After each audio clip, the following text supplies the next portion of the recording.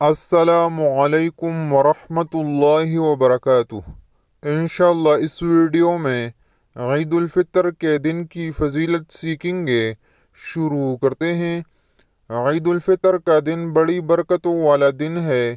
حضرت وہب بن منبع رضی اللہ تعالی عنہ فرماتے ہیں کہ اللہ تعالی نے اسی دن جنت پیدا فرمائی اور اسی دن عرش پر طوبہ درخت لگایا۔ اسی دن حضرت جبریل علیہ السلام کو وحی کے لیے منتخب فرمایا اور اسی دن فرعون کی طرف سے حضرت موسیٰ علیہ السلام کے مقابلے میں پیش ہونے والے جادوگروں نے توبہ کر کے مغفرت و بخشش حاصل کی۔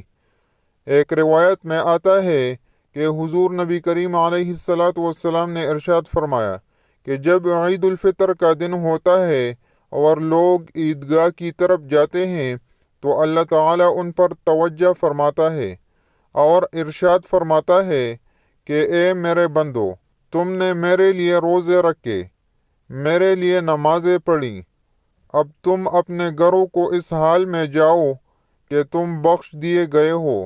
حضرت وہب بن منبع رضی اللہ تعالی عنہ فرماتے ہیں کہ شیطان ہر عید پر نوحہ زاری کرتا ہے اور تمام شیطان اس کے گرد جمع ہو کر پوچھتے ہیں، اے آقا، آپ کیوں غضبناک اور اداس ہیں؟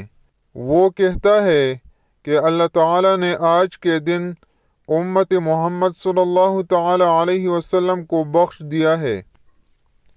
ایک روایت میں آتا ہے کہ جب عید کی صبح ہوتی ہے تو اللہ تعالیٰ فرشتوں کو بھیجتا ہے جو زمین پر اترتے ہیں اور وہ گلی چوکوں اور راستوں میں کھڑے ہو جاتے ہیں اور بلند آواز سے کہتے ہیں جسے جن اور انسان کے سوا تمام مخلوق سنتی ہے۔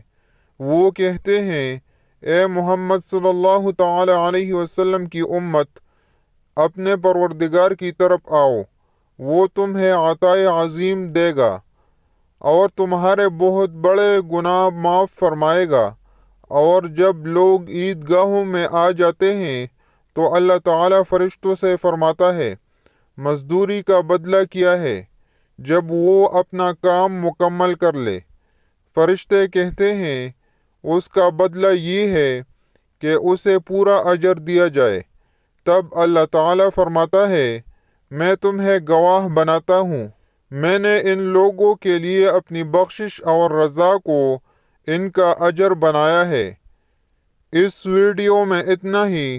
اللہ حافظ۔